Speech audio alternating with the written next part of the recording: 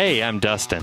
And I'm Steve. Welcome back, listeners, to the finest phototainment in the world. That's right, you're listening to another episode of the Wedding Photo Hangover podcast, an irreverent look at wedding photography. This podcast, like aspirin, will help you recover from your wedding hangover.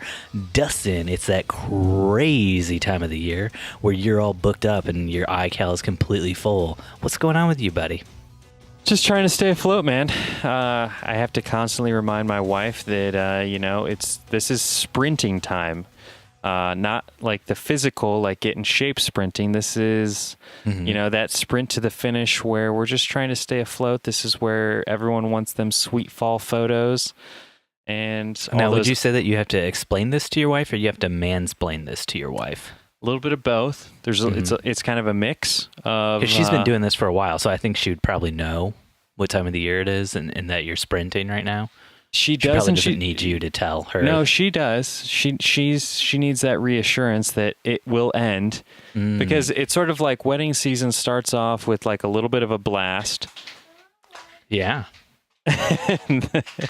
Sounds like some tap dancing. Hi, Nora. Oh, she can't hear me. Mommy for help. Say, Mommy, help, please. Mommy. Her words are getting so much more clear. So you want to get back to talking about sprinting? So wedding season sort of starts with this sort of blast in May and June, and then at least here in the Midwest tends to kind of just stabilize July and August, and then all of a sudden end of August is just like into September, October are just like a full-on sprint to the finish, and then by Thanksgiving you're like dead. But then you have the holidays to recover, and then January to sit in sweatpants and finally binge watch Game of Thrones or whatever you're into. So the holidays come and Dustin rises again. Rise again, like Santa. Dustin, speaking of rising again, what are you drinking tonight?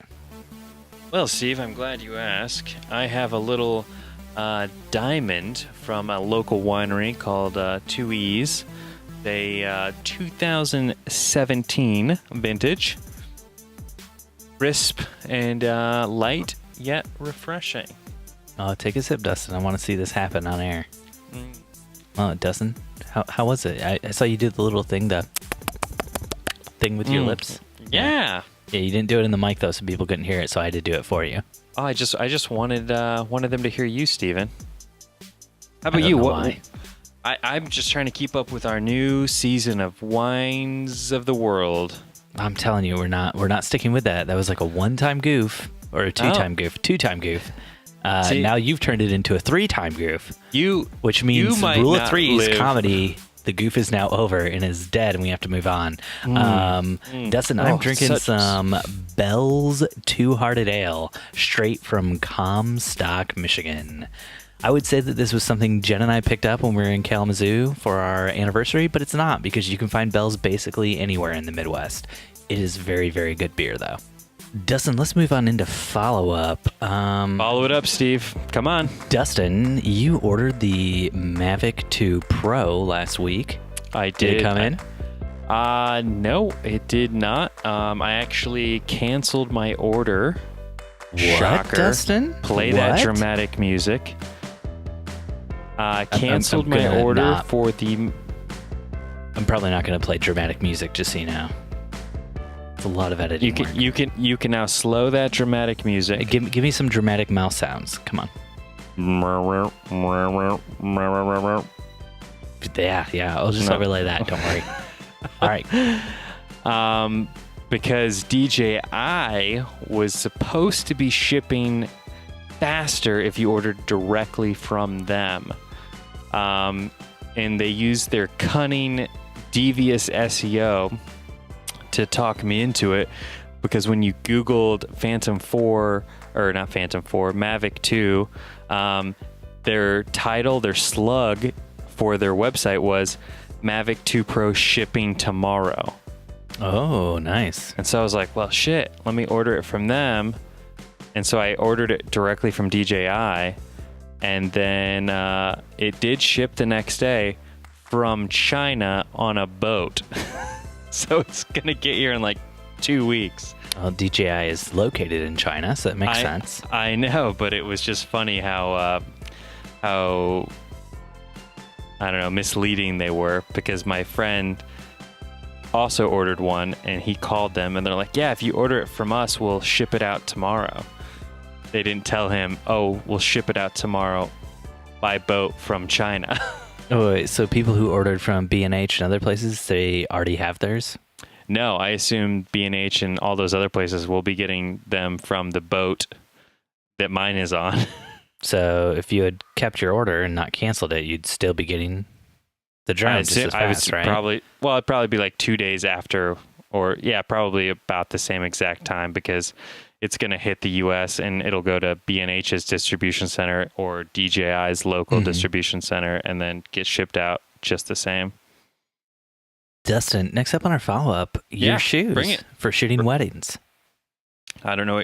This was in like the very first episode. Steve, this has been talked about. This is a callback to episode 2. But Dustin, I shot a wedding with you recently, and you were wearing your Cole Haans. And do you remember what I said?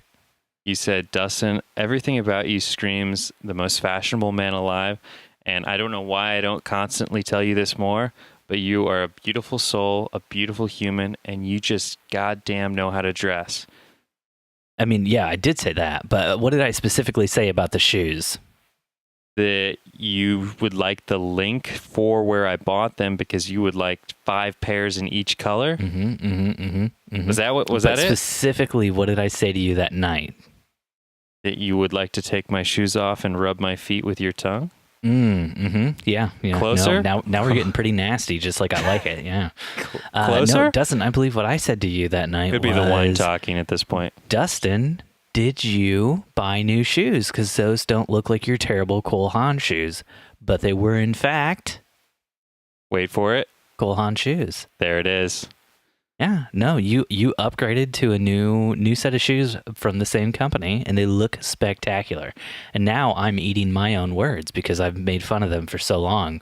But now I want those good, comfortable shoes because they look stylish, they look great, and they no longer have the white sole that makes them look like you're wearing track shoes with a dress shoe on top. Well, they make the same ones I previously owned with not white bottoms. They make them with a black bottom as well, Stephen. But yeah, we had a wedding back in May where the bride's father requested that we wear all black. And so I went out and bought a pair of Cole Haans in all black. So you only bought those shoes because specifically the bride's father requested it? Correct. Why did the bride's father want you to wear all black?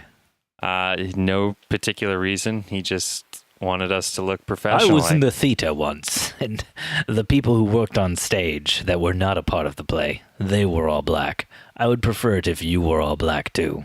You are a stagehand. Yes. Is that what he said? I mean, he was definitely... Oh, Corinne would like me to show off her new shoes, her new wedding shoes. Wait, bring those back. Bring those back, Corinne. Corinne got new shoes too? New wedding shoes. These were what, a birthday present? These are amazing wedding shoes, according to my wife. What are those? Here, Rothy's? Tell them what these are. Rothy's. And I know you probably all think I don't actually exist, but I am here. I usually go to bed well before this is recorded. Good night, everybody.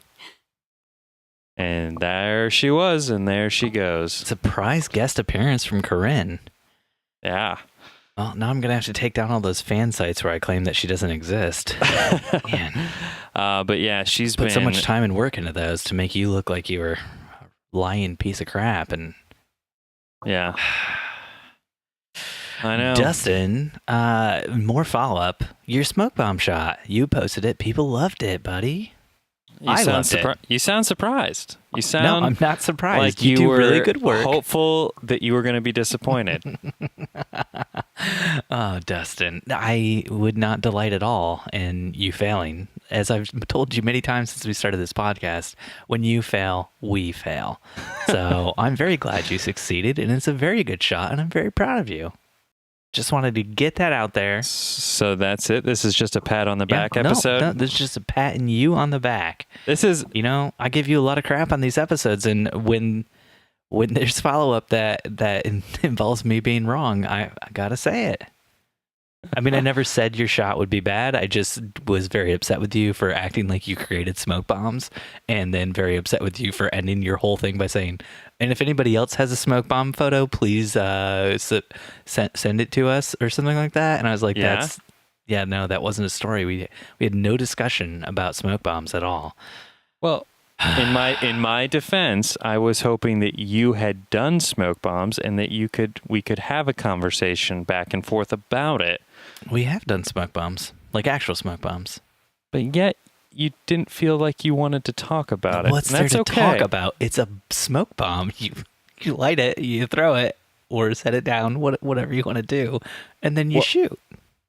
But it's okay, because there was some great talk about smoke bombs on the Facebook group. I don't know if you guys out there are a member or a part of the community we have going on Facebook.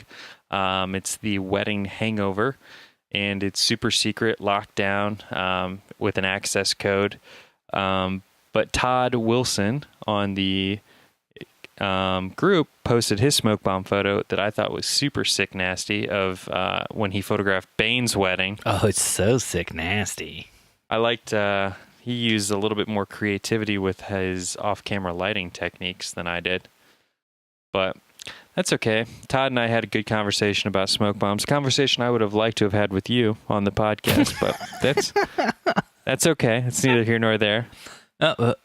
Were there any hidden gems from that conversation you want to share with the people on the podcast? Yeah, I don't know if it was Todd or someone else. I've spoken with a lot of people about smoke bombs now at this point since the episode aired. Oh, yeah. But someone shared that if you shoot a flash through the smoke bombs, you get like a lightning bolt looking effect behind the couple, which I ordered some more smoke bombs so I could try that out. So, color smoke bombs or just grays? He did not specify what color he did to get the lightning bolt effect, but I ordered... no, in the photo he posted, he was using an orange smoke bomb. He didn't say if he was using an orange smoke bomb or not, but he did use a CTO gelled good point flash behind them. So I'm assuming it was just a neutral smoke bomb, and then he gelled his flash to make a white bomb. Yeah. So... which is cool, nonetheless. Dustin, let's push into topics this week. Topical. Dustin, how do you handle edit requests? Give me an example, Steve. Lay it on me. What would be your consideration of a edit request? Like something like, hey, can you make me look skinny? Or like, hey, can you make it look like we didn't have Taco Bell at our reception and Photoshop fillets onto everybody's plates? Because that would be one hell of an edit request. I don't know why you would do that. I mean, if you had Taco Bell at your wedding reception, you would be a champion and a person of the people, and I would love you forever. And you say that, you know, if you had fillets. You and I say that and think that, but we did do a wedding where they had a local Mexican delicacy. Actually, two now we've done where they have Mexican for the food, and everyone gets all jazzed about it. And then I want you to sit back and wonder, why is there no one dancing? And then look over at the bathroom line and be like, oh, because they had Mexican for dinner. Because they overate. It's not having Mexican for dinner. It's eating too much. That's what's happening. Well, no, we've worked a bunch of weddings where they do like taco trucks and stuff like that. Yeah. Those weddings are always lit. They're fun. Oh, they're fun. But I'm just saying that if the bride and groom are late to the reception or the food sits too long, Mexican food is not a forgiving food when it comes to just like sitting around in a hot pan compared to like dry chicken breast or roast beef or whatever. No, I would say Mexican food is the same as all those other foods when it comes to sitting around in a pan. I don't know. I just feel like that grease just turns into acid, and then that acid turns into disease, and then that disease turns into why everyone's in line for the bathroom. So people got food poisoning. That's what you're trying to say? Hey, if the shoe fits, it's a moonshoe. Anyways, that was so bad. That was so bad. Okay. I'm talking about when you deliver. Have you gotten a crazy edit? No, this is something I saw online. You deliver photos to somebody, and then you get something back from them saying, "Hey, I have a bunch of requests for edits I want to see made to your photos." Mm-hmm. Yeah, I think I spoke to you about this in an earlier episode. We had a couple, because we this is something we offer, where we tell the couple after we deliver the gallery if you want to make any, want us to make any tweaks or whatnot, because we're only enhancing the photos. We're not photoshopping them. I'm always very clear about that. We're not taking out any blemishes. We're not removing stray hairs. We're not doing anything like that. Because if we did, they wouldn't get their photos back in 2 weeks. It would take much, much longer. Mm-hmm. And so I said, that way you can go through them and let us know if there are any photos that you would like any further, work done on. And we had an engagement session earlier in the year where the couple came back with like a laundry list of just super vague color correction type tweaks. Oh, yeah, we talked about that. Yeah, but nothing. I've only had maybe one. I don't know. The crazy edits don't like stick in my memory banks as well as other things in my life because I try to edit them and forget them. Like we had one instance. You're basically editing them out of your life as you're working on them. Exactly. Is that how it goes? Exactly. Like we had one engagement session last year where the bride didn't want to be able to see where the seam in the wallpaper at the country club we did their photos. She said you could see the seam in the wallpaper and wanted all of the photos that you could see that wallpaper photoshopped. Mm-hmm. And then it was an easy, like, quick clone stamp type thing. But afterwards, I was thinking, like, she's probably not going to print all of these photos. And I should have, in retrospect, been like, oh, not a problem. Which of the series of photos do you like the best that you'll actually do something with? That's the one that I'm going to spend 15 seconds on. So if a client comes to you and says, hey, could you edit this thing out? And it's like something you normally wouldn't edit out. Do you charge them money or what do you do? I do not charge them money depending on the complexity of the edit. What if it's like face swaps and family photos and stuff like that? I will do up to like 3 face swaps for free.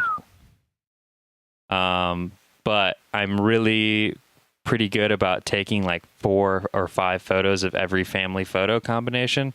Mm-hmm. And so I've only had so far with this year one instance where we had to do quite a few face swapperoos. And that's only because the bride had a autistic brother. And so we would only get one photo where he would give us like a really good smile. Yeah. And so then I would have to like take that face and then put that on all the rest of the family photos, which I was more than happy to oblige because I know how important family photos can be. Mm-hmm. I wish we had better family photos from our own personal wedding. Oh man, I wish we had skipped family photos at our personal wedding. Oh really? Family photos are the worst. How often do you walk into somebody's house and they have framed a giant family photo? All the time. Really? You mean from their wedding or just a giant family photo? From their wedding, specifically. I would say at least within the first year. I would say it's more common that the parent of the bride and groom have that photo framed. So sometimes I feel like I'm shooting it for them. Yep. Because if you think about it from a parent standpoint, I know we're too young to understand this, but imagine... Dustin, I have children. You have children. We are both parents. Correct. But I'm saying once our children are older and getting married and have kids, I mean, it becomes more and more challenging to then gather them for a big family photo. So a thing like a wedding is sometimes the only opportunity to get those kind of photos. When I say I wish we hadn't done the family photos, I just mean like extended family photos. Oh, we didn't mess around. Yeah, we didn't even try that. Yeah. That's silliness. Like my siblings at my wedding. I wanted that photo, but it's like the photo with my aunts, my uncles, my cousins, my cousins' significant others, some of whom are not still in the picture, stuff like that. It's just like, I don't know why we wasted time on that. No, actually, we did. I think Jen cut most of that out at our wedding because she was about to start her own like wedding photography business at the time, so she kind of had an idea of what she wanted and what she didn't, but. Right. I think we still had to do like one big family photo with my mom's side of the family. Yeah, we just did just immediate parents and siblings and grandparents, and that was it. Mm-hmm. And that's what we try to tell our bride and grooms to do as well. Mm-hmm. One of my cousins got married recently. We did not do any extended family photos at his wedding. It was fantastic. Yeah. Yeah, just got to hang out and drink during the cocktail hour like God intended us to. Like God intended. I've just been by hang out and drink, I mean watch my children and make sure my son doesn't get into any trouble. You know how it is. I do know how it is. Moving on, moving up. You say that all the time. I cut that out of like 20 times each episode. I have to cut out you saying moving on, moving up. Well, I don't know. I've not done a tremendous amount of heavy lifting on edits. Like, how do you guys handle that? Like when someone says, hey, Steve, I really love this photo, but I like how my face is in this photo. Like, I mean, how do you handle that? Dustin. If they want to do edits like that, it costs money. And the money that it costs is, I forget the exact amount, but it's an hourly amount. So we just say, hey, that's great. If you want to do that for these photos, this is the hourly rate for that. And this is how long I think it'll take. And I can just add that onto your invoice and we'll get to work on it as soon as you pay. How I would handle it if I were you is I would be like, we use Bespoke Tone for all of our editing. Please feel free to reach out to them. We actually have a relationship with Bespoke Tone where they already have access to all of your photos. All you have to do is send them your credit card information and the image number and what you want. And it's actually a really seamless system. And this is kind of like how when people email you at your Dustin and Corinne, you email back pretending to be your wife, right? You love sometimes. This kind of this subterfuge. Or when they email Big Burrito Creative, you email them back pretending to be a woman who doesn't actually exist. She exists in my head. Yeah. I like to think as I get older, I'm starting to get like sort of a split personality. How old is she? And what's her name? Julie? Susan? Her name's Natalie. Natalie? She's 23 years old. Might be 24. I can't remember her birthday. Oh, so you brought her in young then, because this has been going on for a while, like fresh out of college, or was she an intern first? She was a new hire this year. Oh, new hire this year. Yeah. Fresh out of high school. She was a mom. She has some photography experience, but looking to kind of get something a little more steady. Mm-hmm. So yeah, Big Burrito was a great fit for her. Wow, that's a really sad story. She was a mom. Oh, she's still a mom. Wow. I can't believe you created a fictional character, gave that fictional character children, and then killed those children off. I'm a monster, Steve. Yeah, you are. Has anyone ever asked to meet with Natalie or talk to Natalie? Surprisingly, no. You have got to stop doing that, Dustin. Just respond as Dustin. No, it's way more fun. Because like I told you the situation that we had that wedding a couple weeks ago, and where the bride had booked both our photo and our video. And with our videos, we record letters from the bride to the groom and the groom to the bride, etc. But in order to take some stress away from the wedding day, we record those letters ahead of time. And I went to ask the bride and groom to record the letters, and I should back up. In our meeting for photography, I asked if they had wrote their letters for their wedding video. And they were like, what the hell are you talking about? How do you know about that? And they were like, no, we're not going to do the letters. We haven't told the videographers yet, but we just think that's so cheesy. And I think that's so weird that they ask us to do that. And I'm sitting there like the whole time being like, oh, I agree. Yeah, it is super cheesy. Like, so what happened on the day of the wedding when you were in charge of the videographers and bossing them around and stuff? No, I explained to them that because they get a slight discount if they hire Big Burrito Creative and Dustin and Corinne Photography. Mm-hmm. And part of the reason they get that discount is because Dustin and Corinne Photography directs everything on the wedding day. Thus making the video guys' lives easier and they don't have to do as much. So yeah. You're just still lying to all of your clients? Like it's just lies upon lies upon lies? Not really a lie. I mean, I am directing everything on the wedding day. Yeah, but I mean, there's so much cunning, so much subterfuge in this. Do you ever get sick of this? Do you ever wake up and just, you don't know who you are? You don't know if you're Dustin or you're Natalie? Some days. Some days I don't know if I'm Corinne or if I'm Dustin. Do you ever wake up and put on Corinne's clothes when she's gone? No, it hasn't gotten that bad, Steve, but you will be the first to know. But I would say, I know that you think it's crazy, but I will say that I think our booking rate is higher because every email is initiated to a bride from Corinne. And so there's something... From one bride to another? Exactly. There's something shoot. Quick, run to the trademark office. We got to trademark that. Wedding hangover from one bride to another. That's good. That's good. That's money. That's gold. By two guys. But yeah, so I think women just feel more comfortable and more confident talking about their wedding to another woman. I feel like that's sexist. Or a man pretending to be a woman. Exactly. Catfishing the shit out of them. Jeez. Oh gosh. Wow. Now that all of our listeners have a real view into your life. Hey, whatever works, whatever I mean, at the end of the day, it's both of us shooting the wedding. It doesn't really, both of us see the communication. Who do they look at as who's in charge then on the wedding day? Are they constantly looking to Corinne or are they looking to you?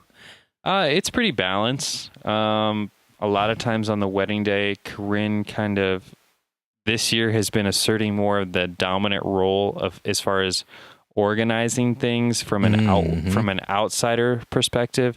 Yes, because you're not good at organizational things.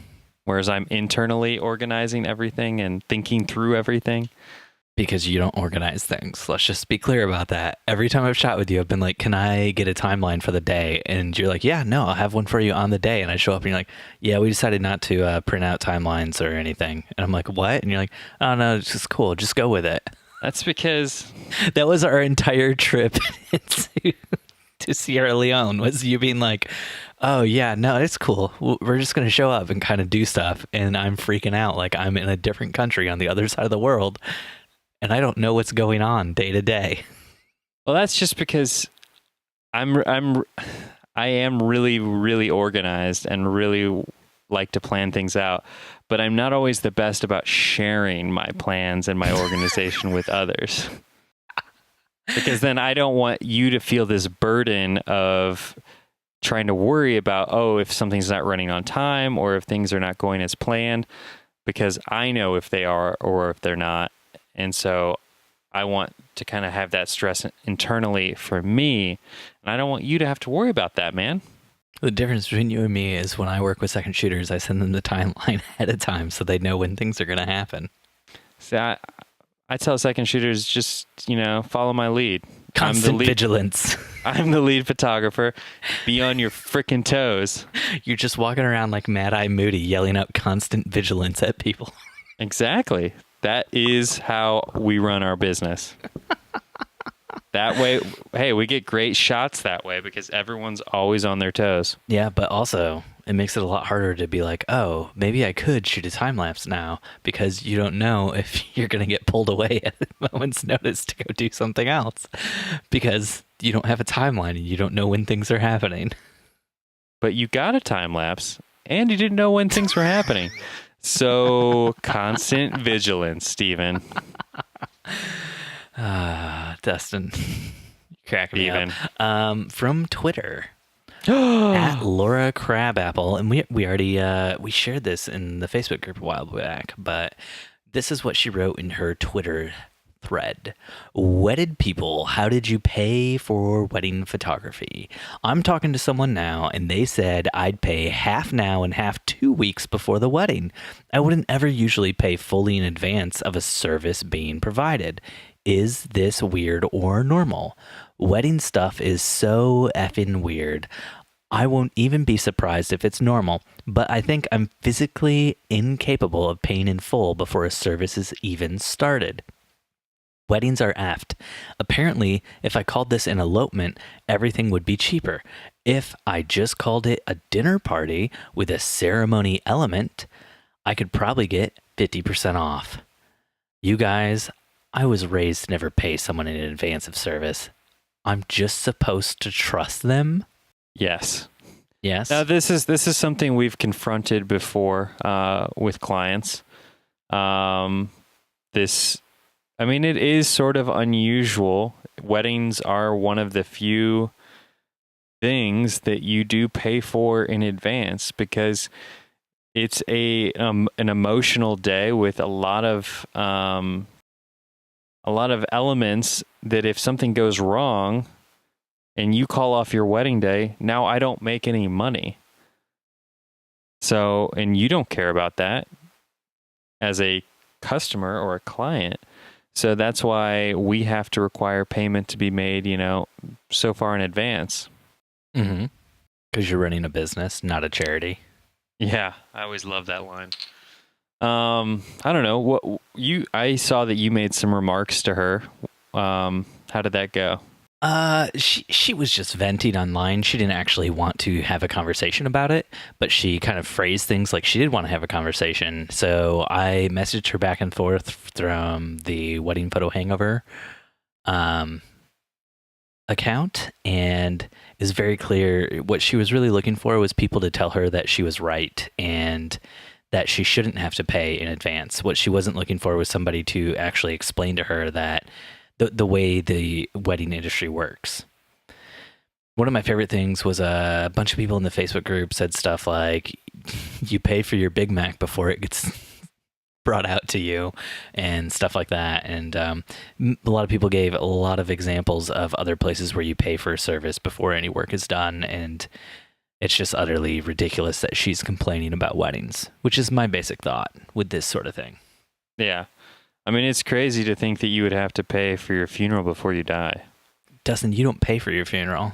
I'm just kidding. You leave your loved ones to cover that cost and go in debt. Yeah, that's why I have in my will that Stephen Van Elk will be paying with all that sweet, sweet Patreon money for my funeral. And that is why I never set up the Patreon, but instead set up Anchor support. Oh, but yeah, it is an interesting concept. I've only ever had one, maybe two brides that have kind of questioned me on it. Mm-hmm. And then once I kind of explain, hey, this is what we do. If you don't, the line I use that kind of, pushes it over the edge is, if you don't trust us to show up on your wedding day and provide you amazing imagery, then don't hire us. I'm not forcing you to hire me. You're choosing to hire me. And if you don't want to do business the way I do business, then find someone else. If Dustin could force brides to hire him, he'd get so much more business. So many more bookings. All the books.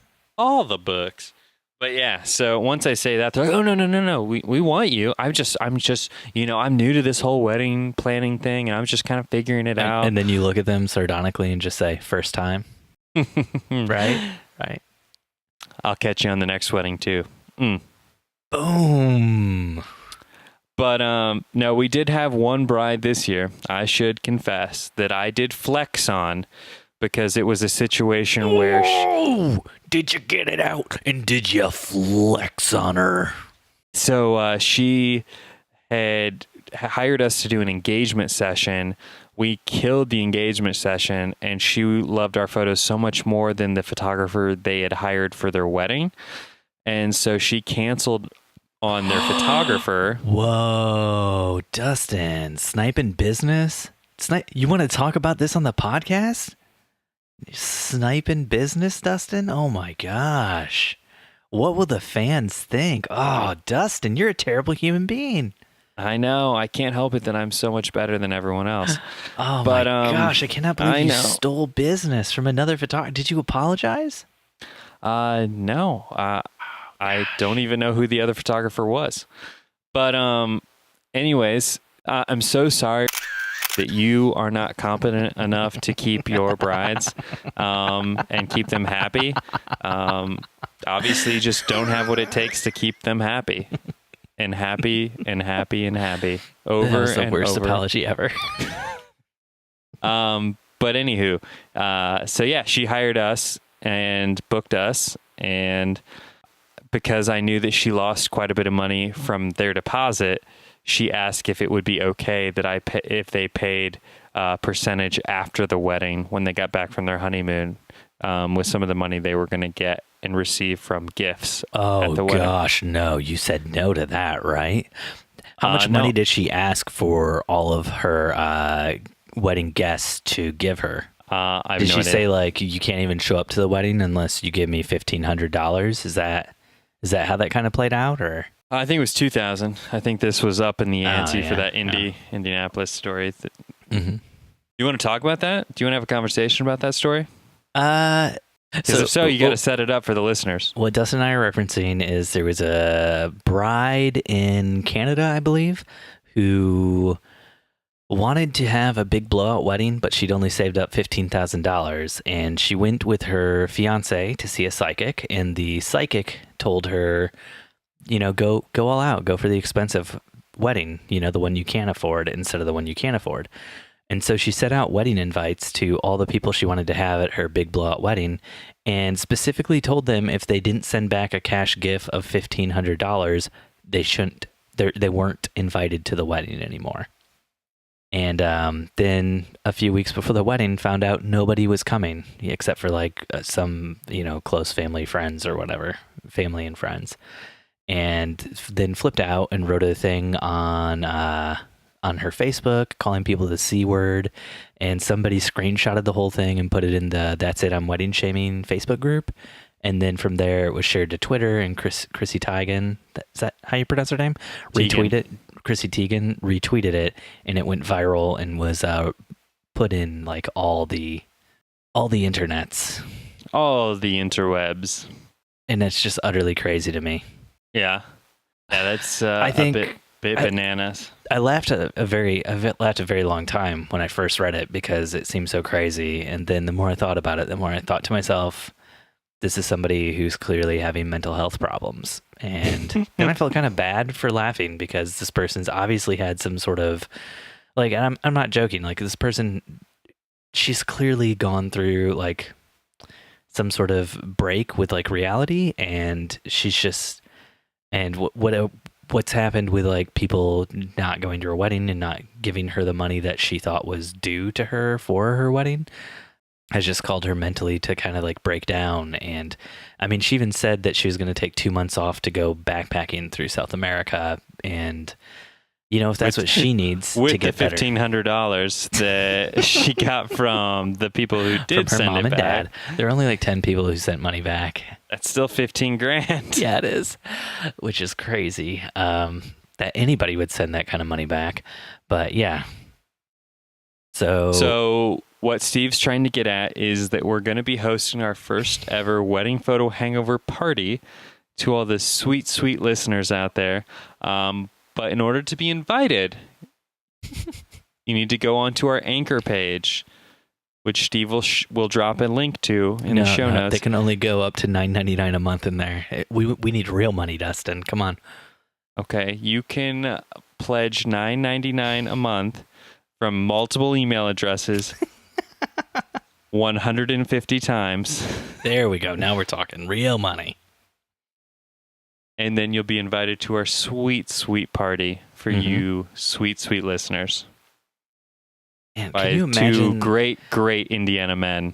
Even if somebody had $1,500 to spend on that, like the technological hurdle to overcome there of creating 150 different email accounts and 150 different Anchor accounts, just so that they could get to the point where they were giving 1,500. Man, I can't even imagine trying to do that. Dustin, next up. So there is a weird hack. It's an Instagram hack. I don't think it affects iPhone users. I think it's just Android users. But people have been getting logged out of their accounts.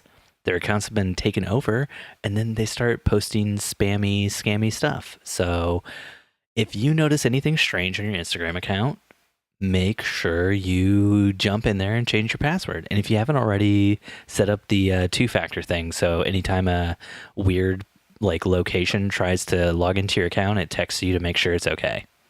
Which, I mean, isn't the most safe or secure thing in the world, but it's more safe and secure than just a password. Yeah. Okay, Dustin, next up. Do you have something to say about that? No, I was just going to say that I'm pretty lax about, all my security. Yeah.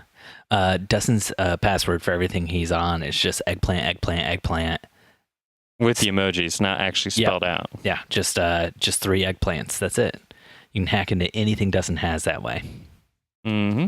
Gotta get that sweet, sweet aubergine. That's right. Dustin, how do you feel about people turning their greens into browns when they go to edit their photos? Yeah, I noticed that this is a new trend with kind of the way a lot of people edit. And, I'm not a huge fan. I see what it's doing. It's sort of trying to take away the distracting elements and kind of pulling that attention back towards the bride and groom or whoever the subject is. And I'm not gonna lie, not a big fan of it. I don't call me a purist when it comes to color. I wouldn't. But I wouldn't either. But call it to me. Call it to me, Steve. I'll call you by your name. And it's just I don't know, makes me think that things are dying. It looks like death. What are your thoughts, Steve? This was something that you really wanted to lay into those out there that listen to this podcast about. So I want to hear all of that anger. It does kind of make things look like they're dying. It makes things look like death. It's a really odd thing to do when you're doing wedding photography, because here you have a bride and a groom getting married. It's a celebration of life, but you're turning everything around them into death by making it look brown. So it's a weird juxtaposition. So if that's something you're actually going for, that's cool. But I feel like most people are doing it just because they think it looks cool, and it doesn't. It kind of looks like you turned everything around them into poop, and now they're surrounded by poop. Mm-hmm. Yeah. And now they just have a big shitty picture instead of what could have been a really good picture. Yeah. I don't know. I mean, I've seen a couple photographers that I really like doing it. Used to really like, I believe is what you're really trying to say. Oh. Yeah, it's just whatever preset they're using is trying to do something where it darkens the greens and it desaturates the greens, but sometimes if the greens are really vibrant, it really takes them in that brown direction. Mm-hmm. And so if you're doing this, Steven is now referring to you as the shit photographer, not because your work is bad, purely based on your post-processing. Yeah, no, it looks like somebody took a preset that was supposed to emulate the brown note. The note you can play that'll make everybody crap their pants. And I've never heard this. And they just made a preset like that. I mean, every time I see one of these photos, I got to run to the toilet. Don't you, Dustin? No, I can't say that I do. But from what I understand, most people are getting that preset from Bespoke Tone. Oh, we don't sell presets. Precepts. Yep. Dustin, you added a new topic to the show notes just now. Gear talk. Breaking news. Little gear talk here. Phase 1. I know most of you wedding photographers out there might not be familiar with the Phase 1 line of cameras. It's a bit outside of the scope of wedding photography. But Steven and I, we talk all things photography. We're not just wedding photographers, if you know what I mean. They dropped a 151 megapixel medium format camera this week. And Steven, I just want to say, what could you do with all of those sweet, sweet pixels? Spend a fortune on storage. I think that's what I'd probably end up doing. Yeah. I mean, I'd love to know the SD card that you would put in that camera. I think it has to be an XQD, right? It comes with an XQD and SD card slot. It's trying to play it comes with 2 card slots? Yeah, something that not even Nikon could come up with. That's crazy. That means you can buy this, Steve, and you can back up while you're shooting weddings with this thing. Yeah. I mean, I'm not going to. It just sounds like overkill to me. 150 megapixels. Like, I don't know why I would ever need that for wedding photography. I can imagine photography, why maybe I would want it for like landscapes or astrophotography, something like that. But when you do your snowflake shots, oh yeah. Everybody likes Steve Van Elk's patented snowflake photography. Is this a real thing you're referencing right now, or? Yeah, Steve. It's where you pluck little pearlescent pieces of your skin cells because you're so white. Oh, and then you photograph them, and we call them Steven Van Elk snowflakes. Oh, man. Oh. Little crystals of you. So, I mean, as long as we're doing gear talk and boring the crap out of me, keep your eyes peeled. Next week, 2 full-frame mirrorless cameras are going to be announced on September 5th from Canon. I just want to see the engineers that are running back to the lab to be like, how can we fit another card slot in this thing? No. They're not going to do that because the cheaper, like the lower one of the 2, they already said is not aimed at professionals. So I'm assuming it only has 1 card slot because they said that. So you're saying the second one that is geared towards professionals will have 2 card slots? I would assume so. I assume if it didn't, they would try to get out in front of it and like make a statement before releasing it. Because if you don't make a statement before releasing it that it's only going to have 1 card slot, then what happens is what happened with the Z7, where it just the entire conversation becomes about it not having 2 card slots. So yeah, I mean that was sort of the hot topic, and so many people were like good old Dustin, where they're like, I'm so professional, I don't need 2 card slots. And then there's people like Steven who were like, I don't trust myself, I need that backup. But further news on the whole Nikon Z7 thing, Nikon had to issue an apology because they cannot manufacture the Z7 fast enough to keep up with demand. Why do they have to apologize for that? Because people aren't getting the cameras as fast as they'd like them, Dustin. I'm pretty sure the Sony A7 III is still back-ordered everywhere. Yeah, maybe Sony should be apologizing too. I'm sure the Nikon is back-ordered because the Sony makes all of Nikon's sensors. Oh, that's harsh, man. That's harsh. Dustin, do we want to do you have anything else to put in the main show, or do we want to move on to Q&A? Moving on to Q&A. Questions, answers. Steven's got questions. Dustin's got answers. Questions, answers. Let's do some Q&A. But Steve... From Devin Rowland in our Facebook group, have you gone from photo only to doing video too? What helped you learn video? No, we don't do any video. Video is foreign to us, and we don't like to touch that element of cameras. Now that was Dustin from Dustin and Corinne. Now can we speak to Natalie from Big Burrito Creative? Come on. We love video. It's our favorite. Okay, but Natalie, no, I'm talking to Natalie now. Natalie, what helped you learn video? So we actually got into video back when Corinne and I got married. We decided we wanted to have a wedding video at our wedding. This was 6 years ago, right at the dawn of DSLR video.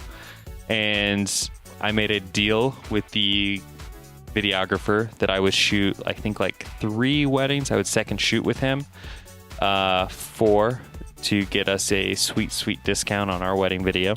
Mm-hmm. And I learned so much shooting with him, and that I was like, oh man, it's just like a whole different train of thought with movement and storytelling, and it's just so much more complicated than photography in that way, with the level of thinking that you have to do. Photography can become a little mindless at times. In video, it's like you constantly have to be thinking about sequencing and storytelling and movement, and there's just a lot more that goes into it with gear. A lot of that has been taken out of the equation with the quality of cameras being more stabilized. But anywho, I digress. But yeah, so I would say that sequencing, storytelling, all that kind of stuff, the cameras being more stabilized hasn't helped out with that at all. No, in I fact, mean, like, almost everything that you mentioned, cameras being more stabilized hasn't helped out with at all. What are you getting at here? No, I just meant in terms of like, I'm seeing a lot more videographers that aren't necessarily bringing the amount of tripods and monopods and sliders. And I recall a day where people would bring cranes to weddings. And now it's just pretty much a gimbal and a monopod, and most guys are good to go. Or a gimbal and a tripod. Gotta have that tripod for the ceremony, for your, at least for your wide shot. They'll have a tripod for the ceremony. And then they'll handhold a lot, or they'll gimbal a lot. And that replaces the use of a monopod and a slider and a lot of other movement type devices that you would normally have to lug along.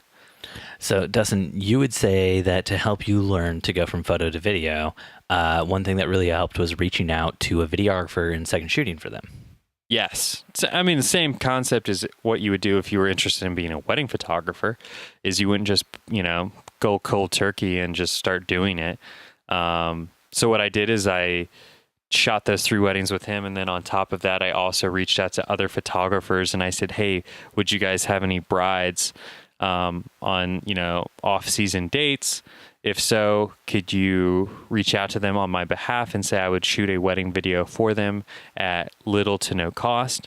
If they hate it, I will refund them their entire monies. And that's what we did. How many refunds did you issue? None. 0. Dustin, do I need to talk to Natalie about this? Natalie will have the numbers. Natalie is our numbers. She's our chief financial officer. So we'll have to have her on the podcast sometime. Tried to get her on tonight. She came in for a few seconds. She seems just as real to the listeners as Corinne. So, but yeah. We kind of grew the video side of things. We've had some video teams come and go over the time we've been doing it. And it's constantly an evolution for us. Right when I start to think I've figured out how we're going to run things, it tweaks and changes. So, yeah. Well, I'm curious to see how 2018 shapes up for us. Mm-hmm. Video is definitely... I specifically included this question, even though we'd already talked about it at length in the Facebook group, because I thought maybe you'd want to refer to like one of your favorite podcasts that you listen to, maybe the only podcast that you say you listen to other than our own. What's that? The Wedding Film Academy. Oh, I haven't listened to that in a while, but oh my gosh. This whole thing was a setup for you to plug something else you listen to. I do listen to the Wedding Film Academy podcast with Jordan Bunch. His voice drives me absolutely crazy. Because it makes you so horny? Sure, we'll go with that. But yeah, he does a great job bringing on great guests each week to discuss varying topics in relationship to wedding videography and just videography in general, making the jump from wedding videography to commercial videography, which is what I'm currently the most interested in. And yeah. So, I mean, there's so many resources on YouTube to learn how to do video that there weren't, that didn't have these resources available back when Steven and I were getting started. Does the Wedding Film Academy have its own YouTube channel too? They definitely have a YouTube channel. I wouldn't say it's very strong. Mm-hmm. They don't have much content on there. Just the occasional, like how ours is. They just have like their podcast episodes in video form. But yeah. Sorry to disappoint you on that one, Steve. Man, I'm so disappointed. But yeah, if you Google video, there's so many resources out there on how to like learn the differences of photo versus video. I mean, what would you say, Steve? I mean, you're kind of what I would call classically trained in the art of video. I would say all you photographers need to get off my lawn. Get your flamingo and get out of here. This nothing. Is my yard. You know nothing. I'd poke around YouTube. There's so many great resources. My personal favorite would be Casey Neistat, but if you're looking for somebody who's like more into teaching and educational stuff, Peter McKinnon is a fantastic YouTuber, and he has several episodes of his vlog that are specifically geared at like wedding photographers and videographers and stuff like that. And just the way he tells stories is really awesome. He's real big into that slow-mo that Dustin loves so much. And he shoots primarily with the Canon 1DX, I think, but he does like a lot of real good looking stuff. Yeah, and he talks about that 1DX like it doesn't cost that much. Yeah, I just always feel like he's like, oh, you should just get a 1DX, and I'm like, yeah, it's just $10,000. I mean, I work with a lot of videographers who are like, oh yeah, I'm gonna get like a C300 next week, so. Yeah, like compared to like a C300, 1DX isn't that bad, right? Just crazy. Yeah, the gear commitment for wedding videographers over the years is just bananas. The equipment can get really expensive. If you think photo equipment's expensive, video equipment's just crazy. Yeah. But starting out, you can get away with a lot. With your current photo setup, typically. I would say the best thing you could do is start making videos on your own at home. What you want to do is you want to create a story, and typically if you're doing like a wedding video story, what you need is like a wide shot to set the place where you're shooting in.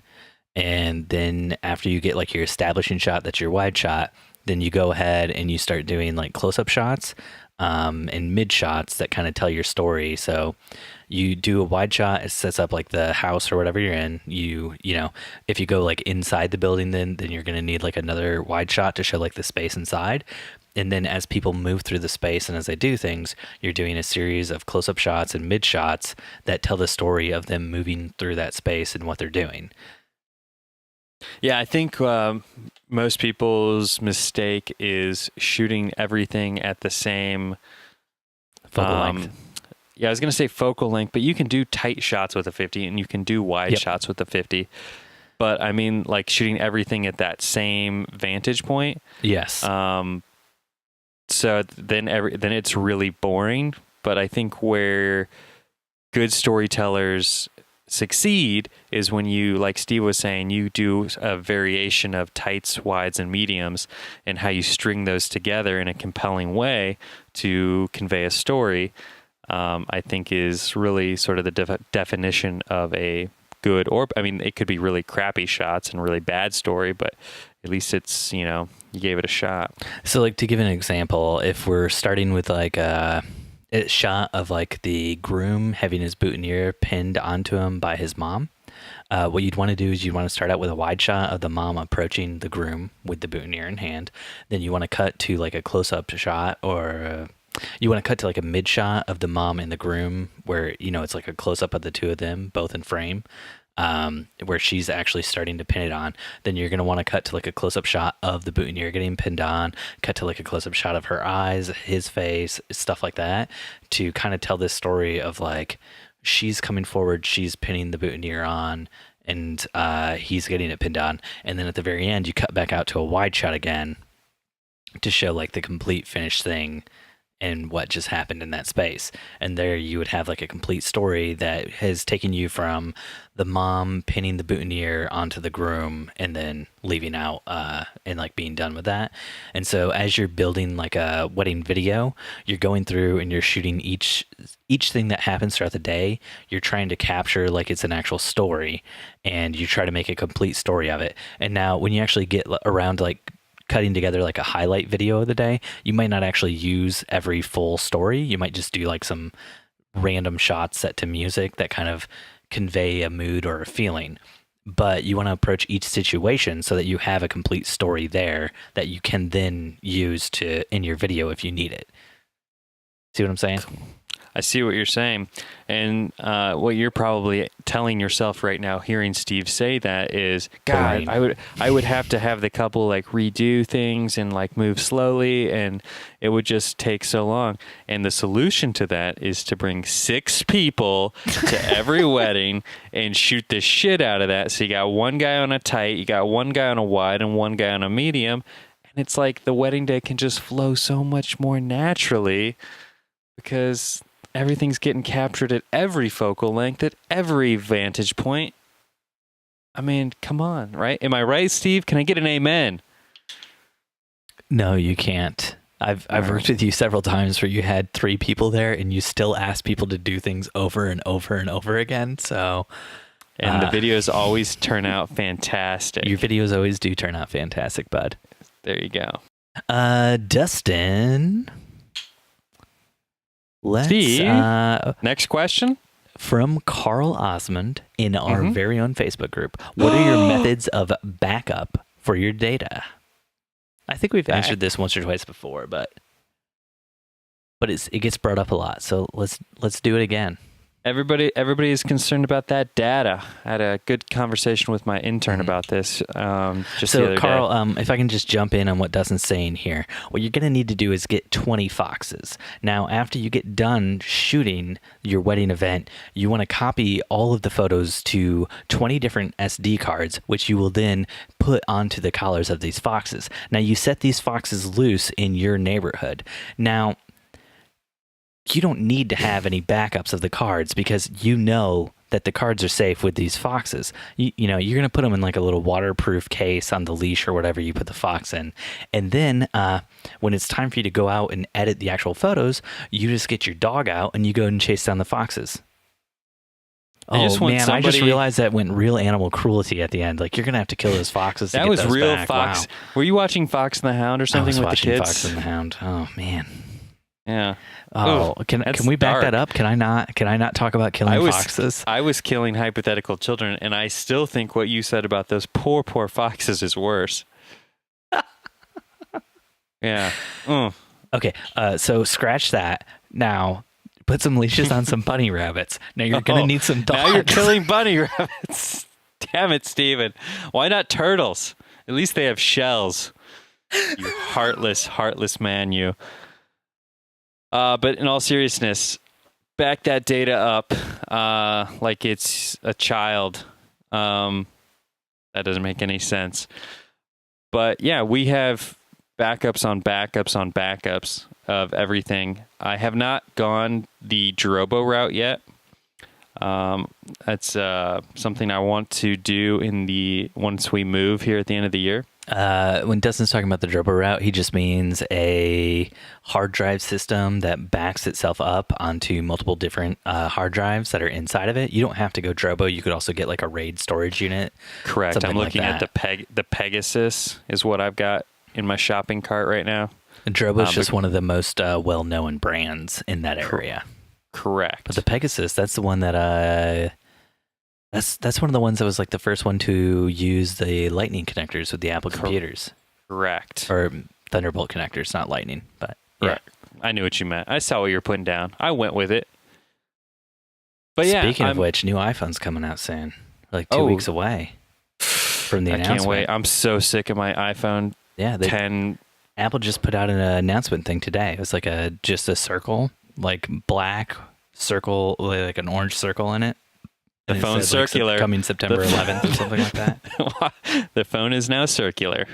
I mean, I think it's a reference to Siri if we're thinking about the circle. because they use the circle for all the serious stuff. They're saying, we really like that movie you made with Tom Hanks called The Circle, and where we know all of your shit, and we're just going to embrace the fact that we are now the circle, the Apple Circle. So, Carl, to get back to what you were saying, I take everything and when we get home, back it up to computers. Then I put the cards into our fire safe. And then I don't take the cards out of the fire safe until we have the finished JPEGs uploaded to pass. I think that's where I was going. I was thinking fire safe, which led me to Firefox naturally, which led me then to killing foxes naturally. See, that would lead me to Star Fox, which would lead me to spaceships, which would lead me to galactic storage opportunities, which would lead me to Star Wars, which would lead me to the Death Star, which would lead me to explosions. I'm your father, Steven. I always suspected. Dustin, next question from you, Anani Moose. On r/wedding photography on Reddit.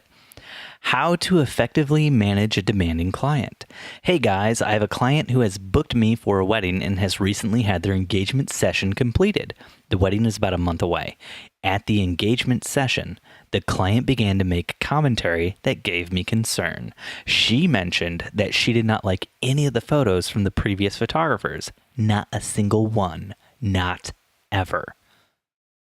Our relationship was shaky from the start, as she seemed to be frustrated about certain standard processes around the wedding photography booking process.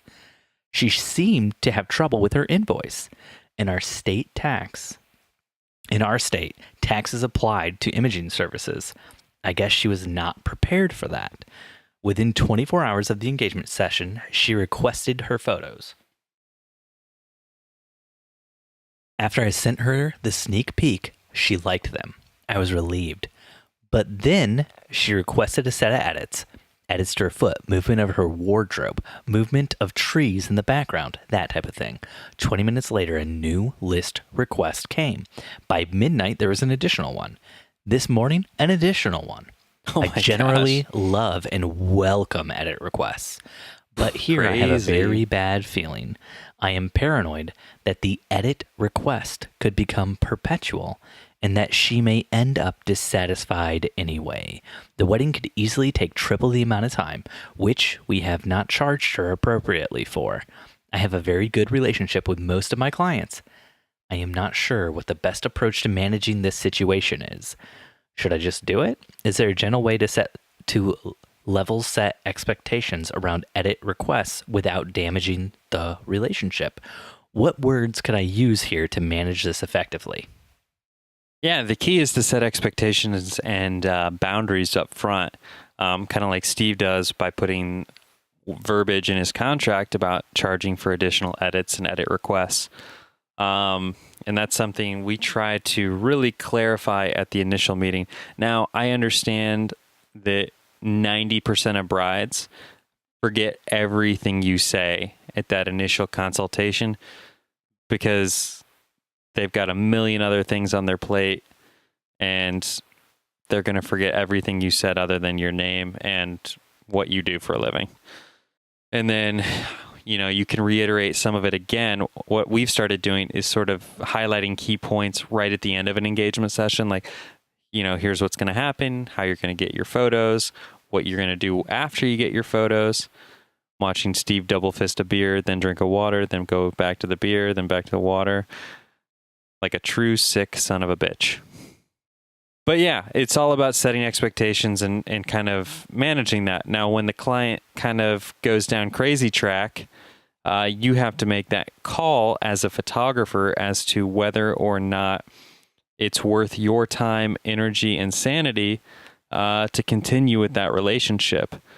There's been several instances where I've thought about terminating things with the client, but that's just not in my nature. I always just suck it up and deal with it, and everything tends to persevere and be okay. Hopefully that continues to be the case. Mm-hmm. Have you guys ever fired a client, Steven? Well, I mean, we have some different ways of doing it. I would say for a client like this, what I would probably recommend is you need to find yourself 20 foxes. Oh, they've already been hunted and killed by your dog, though, Steven. You're going to need to find an area in the wetlands. Now, what you're going to do is before you throw the body in the wetlands, you got to pull those teeth out so they can't identify it by the dental records when it comes out of the swamp. And you attach those teeth to those 20 different foxes that you set free. Now you're killing your clients in Dustin, I don't know how else to deal with this, okay? Yeah, Steve ends every one of his sessions by the way, if you don't like these photos, we will bury you in a wetland. It's hardly a burial. You just dump the body into a swamp. And then he reiterates it with that. It's hardly a burial. It will be preserved years and years later when they find that body in the swamp. It'll be in pretty good condition. You could turn into a superhero called Swamp Thing. You never know. Like, you can't rule that possibility out. I view this as a real benefit and bonus to the relationship I have with my clients. In fact, we charge extra for this service. Well, I mean, there's a lot of heat if I ever get caught doing it. So, yeah, we do charge extra for this. Oh, have you ever had an overzealous? My question is this. They want edits to her foot, movement of her wardrobe, movement of trees. Yeah. Yeah. So they want to edit the movement of her wardrobe. So was the wardrobe moving during the shoot? Yeah, she was dancing. Was this Belle from Beauty and the Beast? Let's just say there was a lot of foot action. Oh, gosh. No, I mean, we have pretty clear expectations in our contract that lay out what we would do and don't edit. So if something like this came up, we would refer back to the contract in all seriousness before getting the 20 foxes. Yeah, I mean, and I think that's sort of a key element, whether you're established or not established. The more work you can produce and have online via social media or your website, preferably both, I think kind of sets sort of a clear benchmark and a clear set of expectations for your clients, so that when they see your work online, that it should be a mutually decided upon thing that... Oh, I get it, Dustin. What you're saying is like when you post stuff online, you just post it and then you maybe put like a little arrow on the photo that's like, I didn't edit this. And like that's how you just all your posts online, you just include like notes about what you didn't edit. So then your future clients know what to expect. Exactly. Completely like, unedited photo. Done. Straight out of camera. Yep. Straight out of camera. No Photoshop. Yep. I mean, that's how we don't edit anything that goes on our Instagram. It's not even from a camera. It's just from an iPhone. And it's not even from an iPhone. It's from a phone through an iPhone. But to make it look really good, you have to take all of the photos into Microsoft Paint first and then just draw on straight out of camera. Paint by numbers, baby. Paint by numbers. That's right. You nailed it. What if somebody requested something like this and your response to it was to do a Photoshop job that was just so bad they wouldn't ask you to do anything else? Yeah, I thought about it. Can we move the wardrobe in the background and like you just, instead of moving it, like you liquefy it? I mean, I'm pretty sure I discussed this on the podcast, but I mean, we did have a request a while back this year where a bride wanted to essentially take a photo that was taken with backlighting from the sun during sunset and put that pose onto a set of gold doors that the bride and groom really liked that we photographed on earlier that day.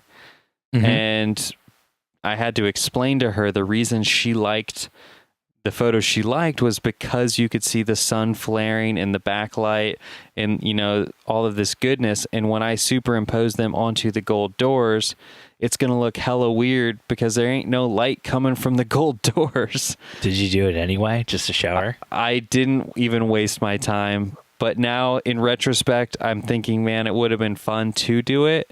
Maybe you should do it and then send me that photo and we'll make that the album art for this one.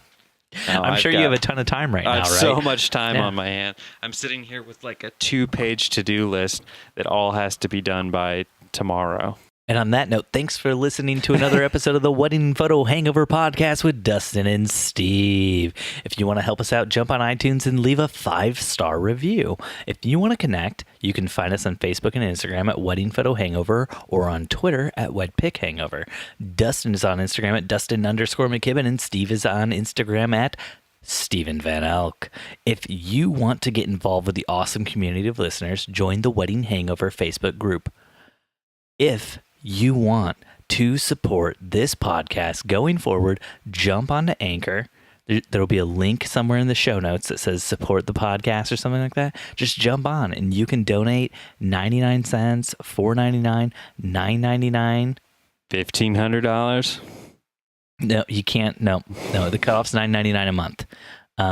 And all that money that comes in goes to getting, what does it go to? Saving foxes. Saving foxes. Thanks for listening. We'll see you next time. Your head is pounding, your limbs feel like dead weight, and your entire being aches for the sweet embrace of death. That's right. Next Sunday after you shoot another wedding. Unless it's Labor Day weekend, in which case you could be shooting 2 weddings like I am. Yeah, Dustin, do you want to talk about that? You're shooting 2 weddings this weekend. And one of them is a multi-day wedding. Yeah, it's going to feel like 3 weddings because we're doing an Indian wedding. Is this your first Indian wedding? No, I did that one for you. You did 1 day for like 3 hours for us. Exactly. No, I've done a couple Indian weddings. Not anywhere it was like super multi-day. I've only done, I think, one of those, like one where I was actually hired and paid to do all of the days. Mm-hmm. And even that one, I couldn't do all of the days. Corinne had to do 1 day, so I could go shoot another wedding. Wow. But it's how I roll, babe. It's how I roll. Keeping it busy. But yeah, this will be cool because it's Catholic Hindu. So Friday is all Hindu, and then Saturday is half Hindu, and then it goes into the Catholic ceremony. Mm-hmm. So the groom will then change out of the Indian wardrobe into a tuxedo. And the bride changes out of the Indian dress and into a white dress, the white. Yep, the white gown. And so there'll be some interesting moving pieces. Like, for example, like the groom's family doesn't want family portraits, obviously, on the Catholic Church altar, but the bride's parents do. So there's going to be some interestingness of that and handling that. So we're going to do the groom's family portraits Friday night and the bride's family portraits Saturday. So no mixed family portraits? There'll be some mixed family portraits. Both sides of the family will be traveling to the first photo location, so it's like neutral territory, I guess, religiously speaking. Yeah. And we'll do a real quick mixed family portrait situation, and then they'll head out. Very cool. Yeah, it'll be interesting. It's always unique. I've only had one Indian Christian wedding before where they blended the two. It was the most boring wedding ceremony because they did a Lutheran ceremony and a Hindu ceremony at the same time. Yeah. So they had a Lutheran pastor perform, and then after he would perform the Lutheran stuff, the Hindu guy would get up and speak in Hindi, and so no one there could understand what he was saying unless they understood Hindi. It's typically how it works within a language. Nobody can understand what you're saying unless they speak that language. Typically, I had to clarify for those listeners out there that don't know how language works. Like right now, if the listeners are listening and they can understand what we're saying, they probably speak English. Just so you know, Dustin. I always wonder. I didn't know if we broadcast this podcast in multiple languages. Yeah, actually go back in and dub it all into Espanol. Yo soy Esteban. I thought we also broadcast this in Canadian. Or we just say sorry a lot. Sorry? That's my daughter's new favorite word. Yeah, I'm actually taking that Canadian crack out because our like second biggest country listenership wise is Canada, and you're just shitting all over them. But yeah, we'll see how it goes, and then we have a Bosnian wedding on Sunday, so that'll be fun. Very cool. How about you? What do you got this weekend? Anything? Jen and I are shooting a wedding. It's kind of short this weekend. It will be done by 7:30 at night. Excited for that. It's a Saturday wedding.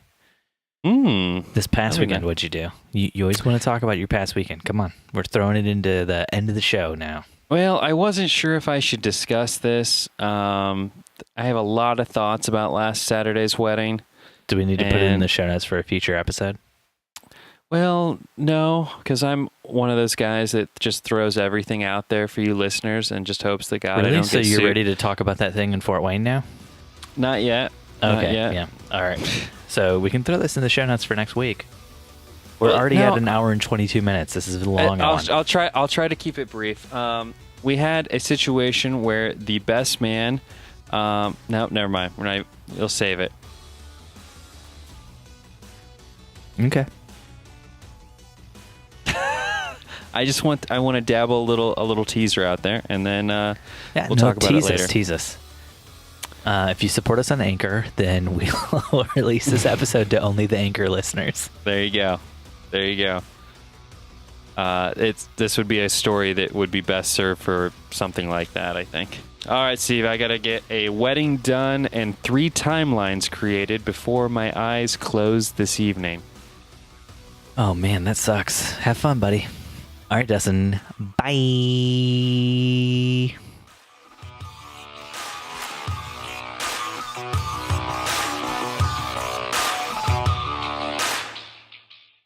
Hi, Steve, my sexual savior. Did you stop recording before you said that?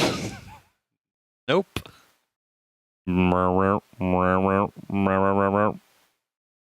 Wedding Photo Hangover was edited this week by Steve Van Elk of Bespoke Tone. Go to Bespoke Tone for all of your photo, video, and audio editing needs.